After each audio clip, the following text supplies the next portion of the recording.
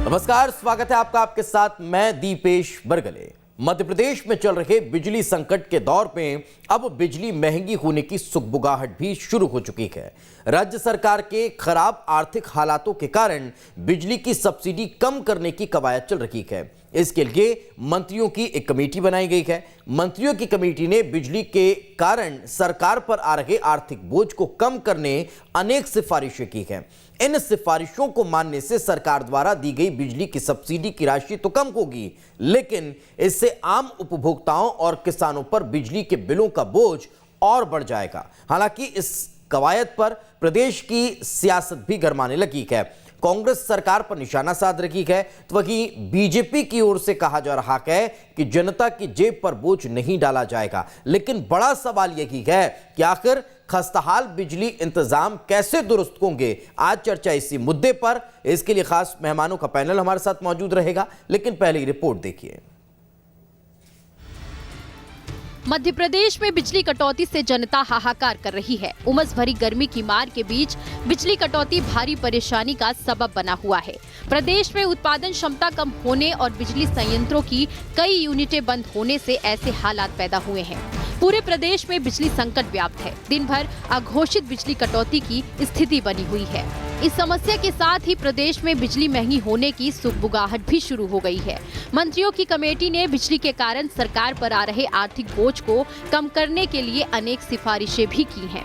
किसानों और घरेलू उपभोक्ताओं को मिलाकर अभी करीब 20,000 करोड़ की सब्सिडी सालाना दी जा रही है। मंत्रियों के समूहों ने जो सिफारिशें की हैं, उसमें किसानों को मिल रही बिजली सब्सिडी घटाने की बात कही है। इसके अलावा कम बिजली खर्च करने वालों को ही बिजली की दरों में रियायत देने को कहा गया है। बाकी लोगों से बिजली का पूरा बिल लिए जाने की बात कही गई है। अब आपको बताते हैं कि आखिर क्या है मंत्रियों के समूह की सिफारिशें। 100 रुपए में 100 यूनिट जाए, लेकिन इससे 1 यूनिट भी अधिक होने पर वास्तविक दरों पर बिल की राशि ली जाए। किसानों को पंप कनेक्शन पर मिलने वाली सब्सिडी को आधार से जोड़ा जाए। 10 हार्स पावर से अधिक का पंप लगाने वाले किसानों को एक्चुअल बिल पर 25% सब्सिडी दी जाए। 10 हार्स पावर तक का पंप लगाने वाले किसानों को एक्चुअल बिल पर 50% सब्सिडी दी जाए। प्रति हार्स पावर 750 की राशि को दोगुना कर दिया जाए। सब्सिडी बंद कर किसानों को सीधे 50,000 सब्सिडी के रूप में दिए जाएं।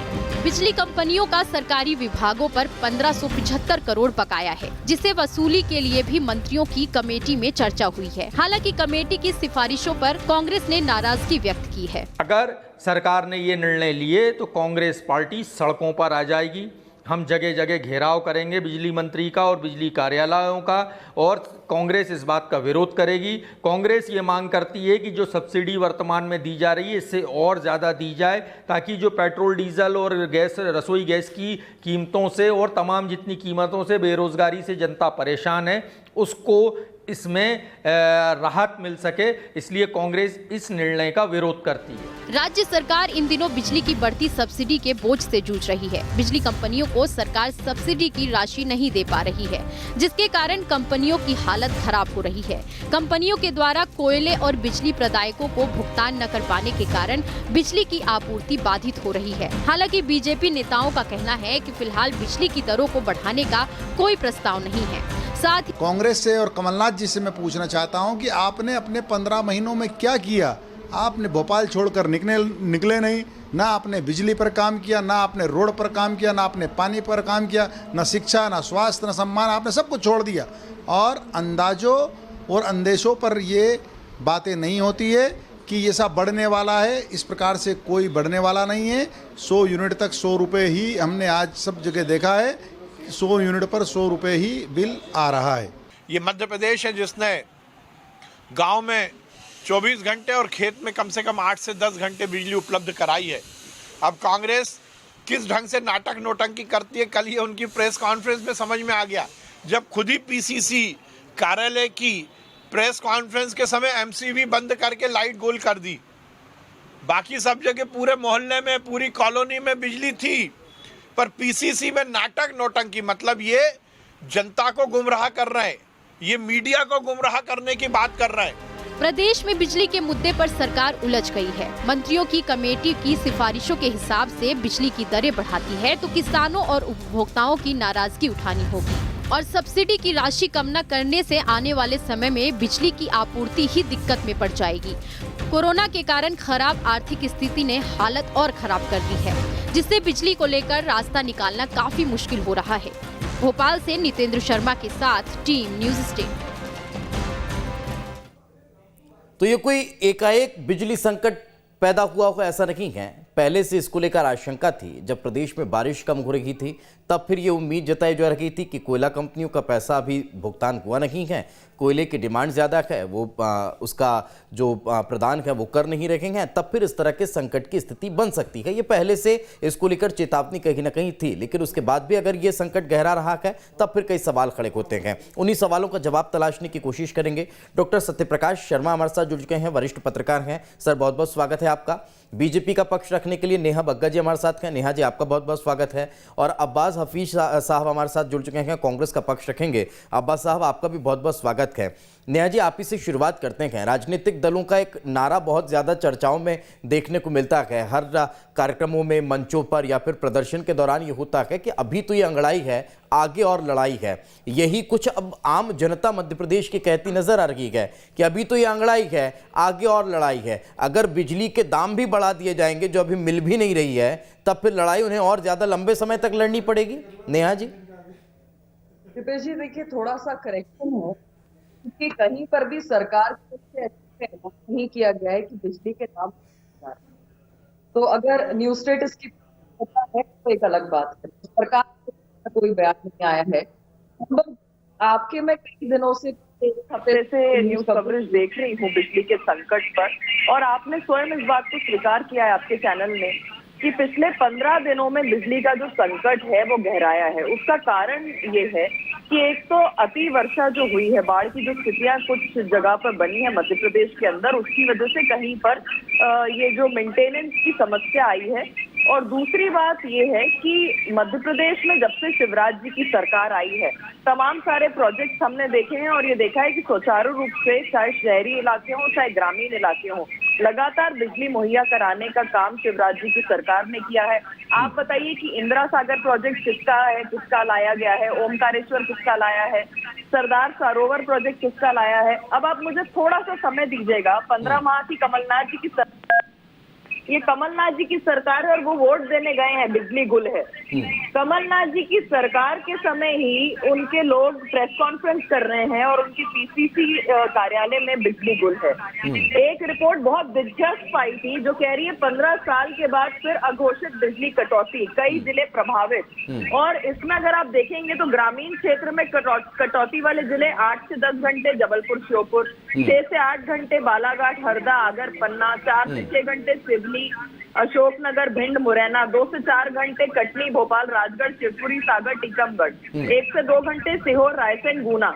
और अगर तहसील स्तर पर आप कटौती देखेंगे तो 8 से 10 घंटे हरदा, बिल्कुल पर्याप्त समय दे रहा हूं मैडम, लेकिन आप एक तरफ कह रही हैं कि कमलनाथ सरकार के दौरान भी पीसीसी में बिजली चली जाती थी, और अभी हाल ही में कुछ सेकंड पहले एक बाइट मैंने चलाई थी, आपने सुना होगा, विश्वास सारंग जी कह रहे हैं, सुन लीजिए मैडम, सुन लीजिए, विश्वास सारंग साहब ये कहते हुए नजर आ रहे हैं कि हमारी सरकार है तो उन्होंने पीसीसी की बत्ती गुल कर दी ताकि प्रेस कॉन्फ्रेंस में इस बात का जोर पड़ जाए कि प्रदेश में बिजली कटौती हो रही है। अब ये दो तरफा बातें हैं मैडम, मंत्री जी कुछ कह रहे हैं, आप कुछ कह रहे हैं। मैं लौट रहा हूं आपके पास, आपकी आवाज थोड़ी सी क्लियर नहीं आ पा रही है, उसको करेक्ट करते हैं, फिर आपके पास एक सवाल के साथ आऊंगा, वापस लौटता हूं। अब्बास साहब, कैसे देखते हैं बिजली की कटौती? और सिफारिशों में ये बात निकलकर सामने आ रही है कि सब्सिडी के पैसे में थोड़ा सा इधर उधर किया जाए ताकि बिजली कंपनियों को जो पैसा है वो दे दिया जाए, उससे प्रदेश में बिजली आपूर्ति अब वापस से सुचारू रूप से चालू हो सके। अब्बास साहब, पहली प्रतिक्रिया।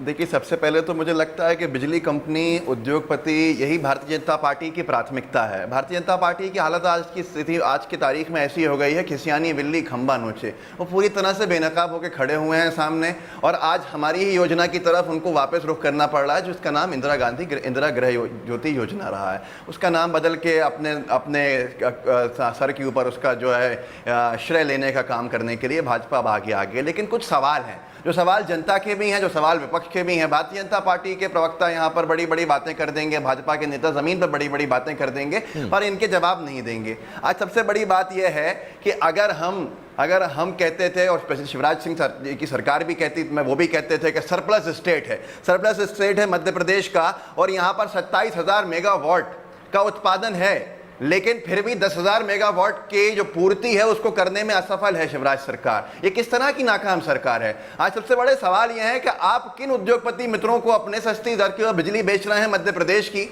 सीना चौड़ा करके शिवराज जी कहते हैं कि दिल्ली की मेट्रो मध्य प्रदेश के अंदर जो बिजली का उत्पादन होता है उससे चलती है। शिवराज जी, मध्य प्रदेश की बिजली से दिल्ली की मेट्रो चल रही है, लेकिन मध्य प्रदेश के जो नागरिक हैं उनके घरों की बिजली नहीं चल रही है। ये आप अपनी कामयाबी समझते हैं या इसको आप अपनी नाकामी समझते हैं? आज सबसे बड़ी चीज यह है कि जब मध्य प्रदेश के अंदर बिजली संकट आता है तो महंगी दरों में बिजली खरीदी जाती है उद्योगपतियों से यहाँ, और जब मध्य प्रदेश के अंदर बहुत सारा बम्पर जो बिजली का उत्पादन होता है सस्ती दरों के सरेंडर कर दी जाती है बिजली, जिसके लिए खुद सीना ठोकते हुए शिवराज सरकार खुद ही कहती है कि यहाँ हमारी बिजली जा रही है, वहां हमारी बिजली जा रही है। आखिर किन लोगों को फायदा पहुंचाना चाहते हैं शिवराज जी की सरकार के लोग?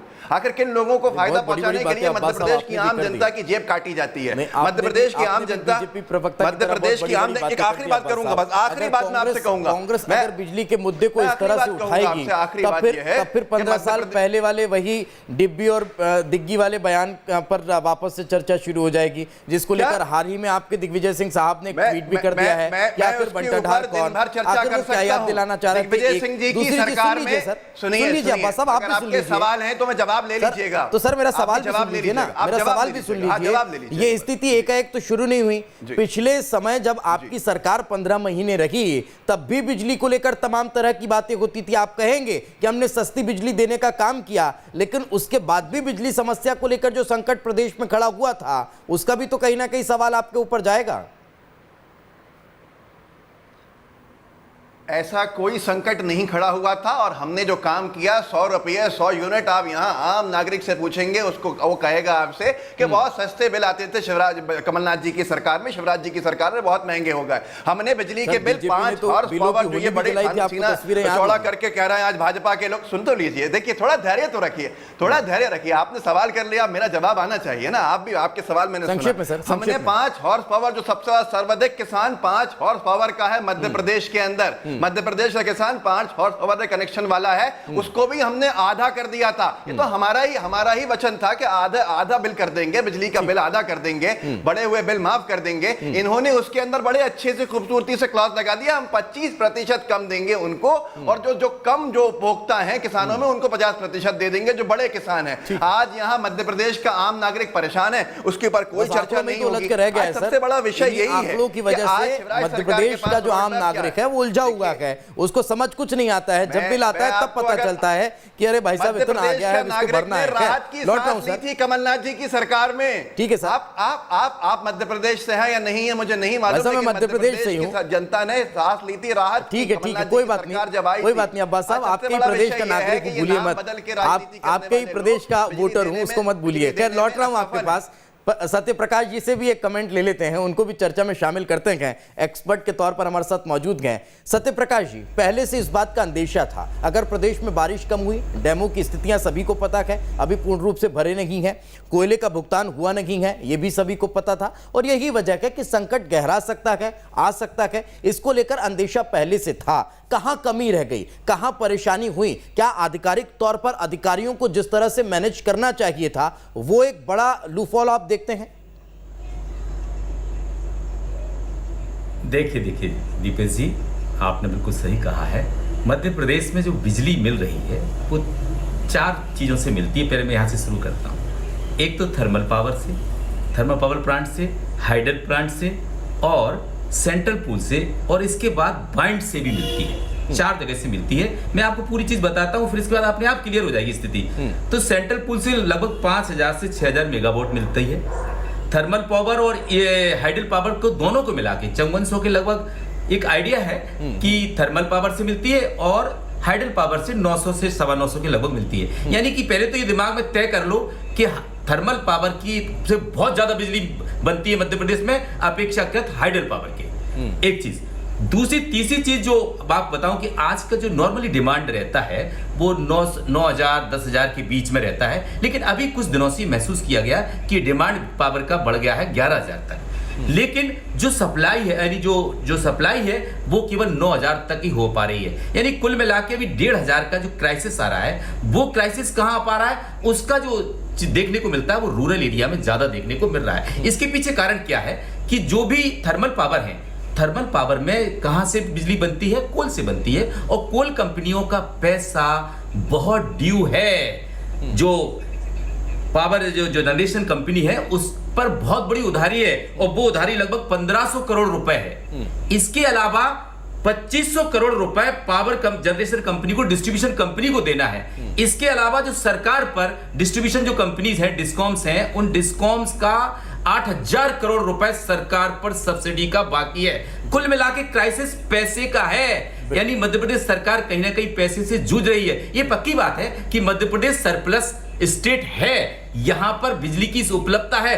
अब आप सेंट्रल पूल में इसके बाद जो प्राइवेट कंपनियों से लेना पड़ रहा है वो 21,000 मेगावाट का एग्रीमेंट है, जिसमें 42,000 करोड़ फिक्स रूप से देना पड़ता है, यानी ₹1.5 पर यूनिट सरकार को भुगतान करना ही करना है। लेकिन अगर ये के बाद भी हम अगर उनको हर साल पैसा दे रखे हैं, एग्रीमेंट के बाद भी अगर वो बिजली नहीं दे रही हैं, अपने हाथ खड़े कर रही हैं, तो क्या उसको लेकर अधिकारियों को कोई प्लान नहीं तैयार करना चाहिए? वो तो पैसा तो हमारी जेब से जा रहा है, जो हर साल हम दे रहे हैं कि बुरे वक्त में आप हमें बिजली देंगे। अगर वो नहीं दे रही हैं, बॉन्ड को अगर तोड़ रही हैं, तो इसके लिए क्या कोर्ट का दरवाजा नहीं खोला जाना चाहिए? जी, ओवरड्रॉ भी एक सवाल होता है, चाहे वो सेंट्रल पूल हो या कंपनियां हो। तो सेंट्रल पूल में भी जब ओवरड्रॉ होता है, तो ओवरड्रॉ के बाद क्या होता है कि जो ग्रिड पर पावर बहुत पड़ता है, जिससे ग्रिड के फेल होने की संभावना रहती है, तो उनकी भी एक मान्यता है, वो इससे ज्यादा बिजली आपको स्टेट को नहीं देंगे। लेकिन बात सवाल ये होती है, कहीं ना कहीं मिसमैनेजमेंट है सरकार का। शिवराज सिंह जी ने खुद स्वीकार किया है कि जो हाइडल पावर है उससे बिजली कम बढ़ रही है, क्योंकि मंडला से लेकर बरमान तक जो नर्मदा का बेसिन है उसमें कम बारिश के कारण वहां डैम्स नहीं भरे, जैसे बरगी डैम है, ये एटसेट्रा, ये नहीं भरने के कारण वहां पावर जनरेशन नहीं हो पा रहा। लेकिन बात ये सब ठीक है, सब कुछ ठीक है, हम सरप्लस स्टेट हैं, हमारी एक गरिमा है, हमारी एक डिग्निटी है, उसको मेंटेन करने के लिए मिनिस्ट्री ऑफ पावर क्या कर रहा है मध्य प्रदेश का? मैं तो ये मानते के चलता हूं यहां पर मिनिस्ट्री का ही फेल्यूर है। इवन सरकार के रूप में मैं शिवराज जी की इसमें फेल्यूर कम मानता हूं, मिनिस्ट्री का फेल्यूर ज्यादा मानता हूं कि वो अपने बजट में इन सब चीजों को पहले क्यों डिसाइड नहीं कर पाए। पहले वो नाराज भी हुए, उन्होंने मंत्रियों के साथ अलग से इस मसले को लेकर बैठक भी की और अधिकारियों को साफ शब्दों में चेता भी दिया कि ये जो भी संकट खड़ा हुआ है, जो भी स्थितियां हैं, उसे तुरंत सही किया जाए। लेकिन अधिकारियों को जिस तरह से मैनेज करना चाहिए वो एक फेल्यूर नजर आता है।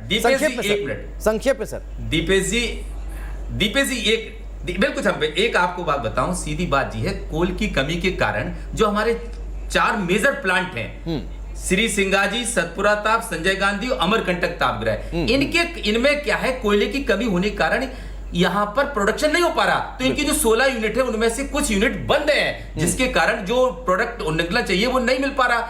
वो क्राइसिस मेनली वही है, ना तो सेंट्रल से आने में कोई दिक्कत आ रही है, ना यहाँ पर जो पता है सर, लेकिन इसकी भरपाई कैसे होनी है, सबसे बड़ा सवाल है कि ये सबको पता है, आम बुद्धिजीवियों को और आम इंसानों को भी इस चीज के बारे में जानकारी है, पेपर में लगातार लोग पढ़ रहे हैं, हमारे माध्यम से भी देख रहे हैं कि कमी है, और अगर वहां पर कोयला नहीं पहुंचेगा, गुणवत्ता वाला नहीं पहुंचेगा, तो बिजली का उत्पादन नहीं हो पाएगा, और वो कमी दिखाई भी दे रही है। कैसे होगी इसकी भरपाई, कैसे हम पैसा दे पाएंगे?